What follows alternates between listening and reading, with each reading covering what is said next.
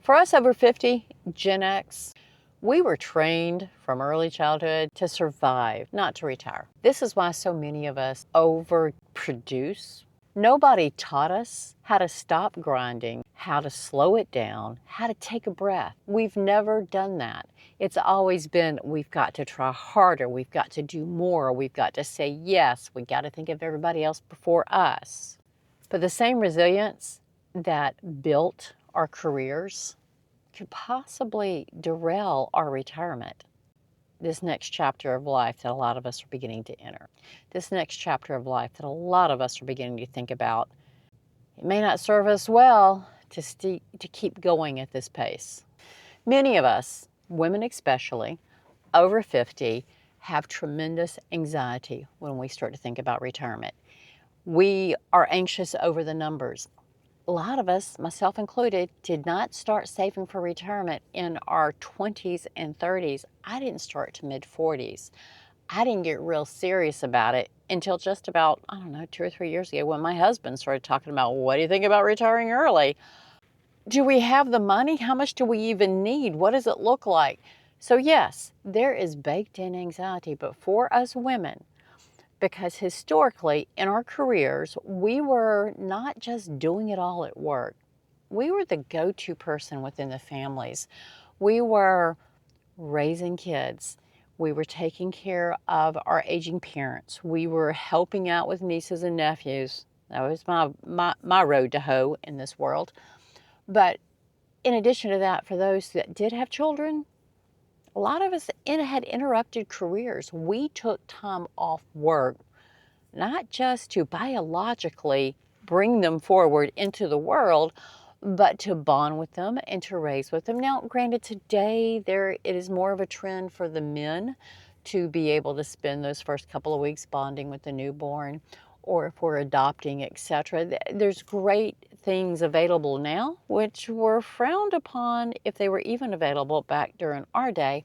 So women were expected, if somebody was going to stay home, it was the woman that was going to do it. And eventually we did go back to the workforce, many of us. Some of you kept staying home, which was great because, my goodness, you have project management skills, scheduling skills, planning skills, fundraising skills that you probably don't even understand that you've got. So real quick, let me tell you down in the description, if you're ever thinking about a side hustle in your life now to help pay off debt, etc., or retirement, down in the description I have life experiences to income. This is for all of us, men and women, who have been out there doing what we do for the past 30, 40 years, that may be considering some sort of income production in retirement or this next chapter of life, whether because you need it, because you've got a gap, or because you want it because you're not really ready to lay it down, which is the next topic of this little conversation. But down there, Life Experiences to Income Workbook, free for you. Also, while you're there, go ahead and grab the Master Your Money Plan, because you need to know how much you need right now, how much debt you carry, and what you need in retirement. And we'll talk more about that in a minute. So one of the things that many of us will, and I don't want to say suffer from, one of the things that will become very evident as we move into this next chapter of life, or you begin considering it, is the anxiety around, what the heck am I going to do with my time? That's a lot of hours in the day to have to fill with nothing. This is where we have to stop thinking like that, because there are so many things, if you give yourself permission to think back, that you've always wanted to try, you used to enjoy, but you lost the scheduling ability to make it happen. I don't care if it's art or yoga or interpretive dance. You fellas too, I know you're out there. You got that interpretive dance hankering, don't you? But this is where we have to start letting it wind down a little bit. Couple of reasons why. A, you've worked. We've all worked really hard. We deserve to move into this next chapter of life a little less busy. But I personally don't want to completely stop all income production. I enjoy making a little bit of spending money. It may not be the bread and butter, that it is today, but if it gives me a little bit of walking around money, a little bit of money in my purse, so that when I see something shiny and technologically the next gen, I can get it, then so be it. Plus, I enjoy my side hustles, and that is the point of this. If you want to continue working post this last corporate job or this last long-term commitment that you have to go into the office every day, if you choose to keep working, do something you love, do something you enjoy. Job is a dirty word. Let's stop thinking of this next chapter as that. If you find that you need to work because you need the money, you can still change the mind shift on that. It is a tool to help you bridge the gap between what you have, paying off debt, and what you need. Because none of us want those minimum payments when our body's check engine light is coming on and we are just too broken down and tired to keep pulling ourselves into a full-time job. So let's start thinking about that now, Gen Xers, because many of us haven't even hit 60 yet. We have still got some good years ahead of us if we want to continue earning the amount of money we're currently earning to get things paid off.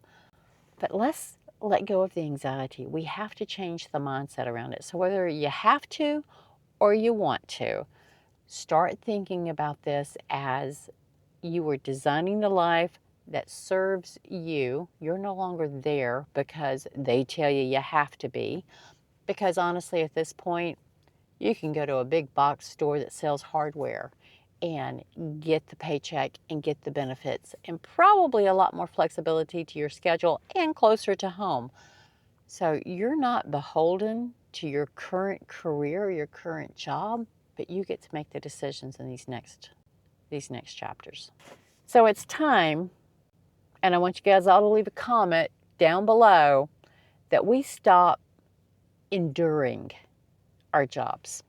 If you can't find a way to shift your mindset and make sure that you can go in, enjoy. Most of us have never done the step. Retirement Reality Reset Kit and the Retirement Calculator spreadsheet. You have to know your number before you can make any decisions about your future. You don't want to go to retirement and realize you can't afford it. Let's figure that out now and see what life is going to look like later. Something about the experience of going in. Some days for me, I'll tell you, I have a mentor in my life. Love you, Mr. McDougall. It all pays the same, and grin and bank it. Some days, that's all that gets me through. But the more I work at it, the more I am enjoying knowing the rhythm of life. It's familiar, it's comfortable. I am no longer overgiving. I am taking the time to appreciate some of the coworkers I have. These are not necessarily friends that I will continue to engage with outside the office. There's one or two I would like to. So for those, I am actually trying to develop an out-of-office friendship, because when the job disappears, that structure goes with it too. So let us stop enduring. Let us find redeeming factors if we're going to continue on this job. If you can find none of that, then this job may have served its purpose and it's time to find its replacement before you leave this one. We're Gen X. We have gotten to this point in life, sometimes by the skin of our teeth, but we're here and we will make not just the best of it, but we'll find our way through it. We're problem solvers. That's what we had to do back in the day. It's what we're still doing. This topic, and I know we started off talking about how Gen X is a better person. We're better people because of the childhood we have, and how a lot of us, because of we're going to call them perceived scars, because your scar could be somebody else's strength factor. But if you see the fact that you've raised your children differently and they're very different adults than you are, and you're wondering, why can't they figure that out for themselves?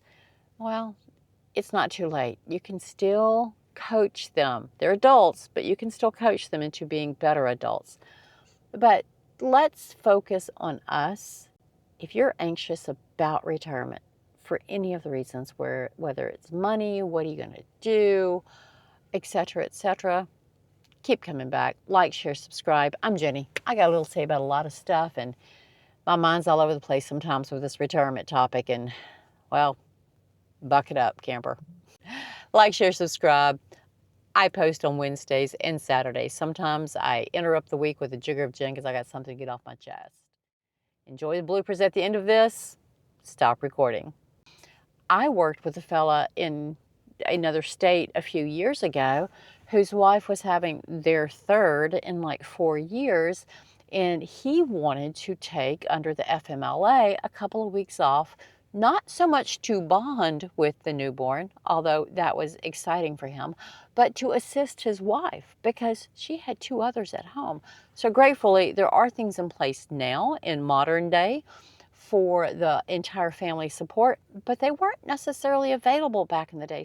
Sometimes by the skin of our teeth or the